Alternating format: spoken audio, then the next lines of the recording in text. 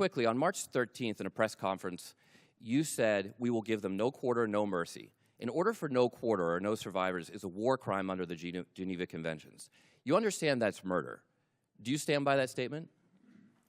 The Department of War fights to win, and we ensure that our warfighters have the rules of engagement necessary to be as effective as humanly possible. You called Democratic members of Congress to be tried for sedition for reminding our troops to follow the law. But when you tell them to commit a war crime, you stand by yourself. For insinuating that the laws that we're giving them are unlawful. Time's expired. Chair now recognizes. The man asking that question is not a political opponent looking for a soundbite. He is a combat veteran. He served in Iraq. He knows what war crimes look like because he has been in the room where those decisions get made. And what he just asked Hegseth is not a complicated question. On March 13th, Pete Hegseth stood at a podium and said the United States military would give Iran no quarter, no mercy. Under the Geneva Conventions, specifically Article 23 of the Hague Regulations, ordering no quarter is a war crime. It means no survivors. It means no surrender accepted. It is illegal under international law. It has been illegal since 1907. Hegseth said it anyway. And when Moulton asked him to explain, he talked about fighting to win. That is not an answer. That is a deflection. Watch what else Moulton uncovered. Thank you very much, Mr. Chairman. Mr. Secretary, you and I agree that Iran is a national security threat to us and our allies. Now, earlier you called us feckless for questioning your war. Do you think Congress was smart or feckless when it failed to ask tough questions of the Bush administration and gave them a blank check for Iraq? Well, if you're trying to compare this war to the Iraq I'm just asking war, you, do you think it was smart smart or the feckless? first one to call a stupid war, then it's a false comparison. Okay, well, probably a good idea to ask tough questions. So let me just ask you a few questions. Did you advise the president that we should attack Iran? We were, first of all, in this position in the cabinet, we never talk about what we would advise the president to do or not. Do you think the president or you deserve more? I've been in every meeting. I understand with that, the chairman and everybody else as those decisions were made, and he got every perspective possible when it came. I'm just asking what your perspective is. Are you afraid to take ownership of this? Do you think it was a good idea or not? As I've consulted the president, do I think it's a good idea to confront a nuclear bomb in the hands of the? Imagine what the world would look like right now if Iran had a nuclear weapon. Okay, so let's just imagine. Which, by the way, if they had one, every which the previous Obama deal was going to allow them, including the first Trump administration, they had one, prevented them from having a nuclear weapon. So, listen, how is this war going? Do you think we're winning? Militarily on the battlefield, it's been an astounding military success. No, but are we winning the war? Absolutely. Okay, so do you call Iran closing the Strait of Hormuz winning? Well, I would say the blockade that we hold that doesn't allow anything to come in or out of Iranian ports. Okay, so we've blockaded their blockade. So they blockaded us, and then we blockaded their blockade. That's like saying, tag, you're it. Or, you know, if President Madison had said, well, the British just burned down Washington, but don't worry, we're going to burn it down as well. Chairman Kaine, did the military have plans for the idea that Iran might blockade the Strait? Sir, thanks for the question. I'll answer it this way. You know, in this job, I have to maintain trust with a variety of constituents. Okay, I'm just asking if the military yes, had sir. plans. As always, my point in this is, as I explain the role, my point in this is we always offer a full range of military options that are carefully considered, with the associated risks with those options and the considerations therein. So, Mr. Secretary, did you consider this risk? Of course, this department has looked at all aspects of this risk.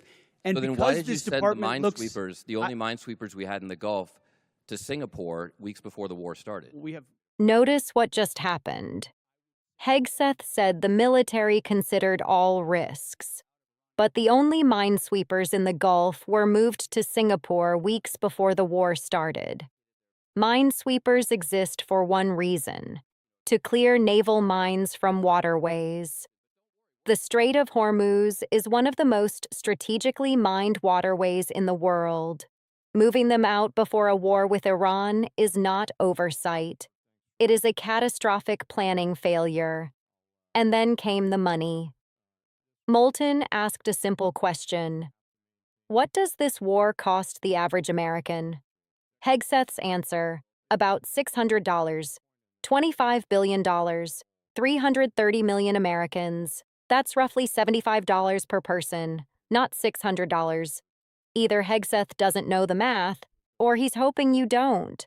Watch the final exchange, because this is where it gets worse. Lots of capabilities that you may or may not be aware of at the classified level. Okay, and to so, deal with by the way, mines. would the Trump-class battleships have helped with this? You're talking about a prospective future battleship, which we welcome in the fleet. Okay, so you're supportive of the battleships? Yes, sir. Okay. How much has Iran profited from your administration lifting the sanctions on Iran when you started this war? I can tell you Iran is financially devastated right now. Okay, well, with the Treasury they've earned about $14 billion. Operation Economic Fury. They're at a point where between the blockade and what we've done to them militarily, remember, they don't have a Navy. They can't contest the blockade. Okay. Between what we've done to them militarily and financially, they're at a place $14 billion? They have very few options. How many Chinese missiles can they buy for $14 billion? Does that sound like winning? They're not. We're ensuring, and they're not buying Chinese missiles. Okay. You know, at the end of the day, this also has a cost to us. If let's say this war costs $100 billion, I mean, you've already said, give us more time. It's only been 2 months. It could go on for 20 years like Iraq and Afghanistan.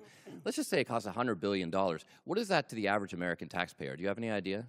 Well, unlike foolish previous administrations, it won't go on. No, I'm just asking. For years and decades. But let's just say sitting it's $100 in this billion. position, it's hard to imagine how you know we've allowed those things to happen. You were a part of that war. You know the answer to that? So was I. And I never. I'm just asking if you know what your war costs the average American taxpayer.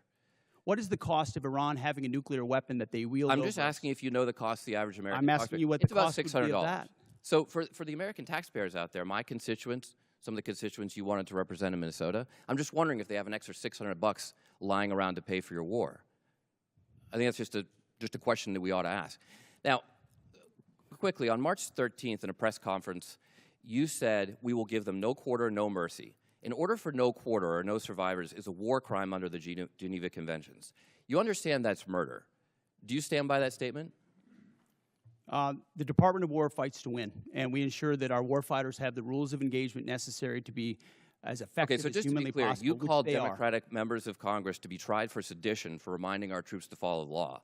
But when you tell them to commit a war crime, you stand by yourself. For insinuating that the laws that we're giving them are unlawful. Gentleman's time's expired. Chair now recognizes the gentleman from Tennessee. The Department of War fights to win. That was Hegseth's answer to being asked if he stands by a statement that violates the Geneva Conventions.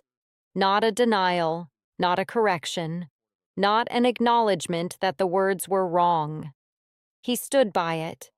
Here's what that means legally. Under the Rome Statute of the International Criminal Court, which the United States has signed but not ratified, ordering no quarter is listed as a war crime. Under U.S. military law, the Uniform Code of Military Justice, giving unlawful orders is itself a crime. A Secretary of Defense who publicly orders no quarter is not just making a rhetorical mistake. He is potentially issuing an unlawful order to every member of the United States Armed Forces. Seth Moulton served in combat. He knows what these words mean when they reach soldiers in the field, and Hegseth stood by them.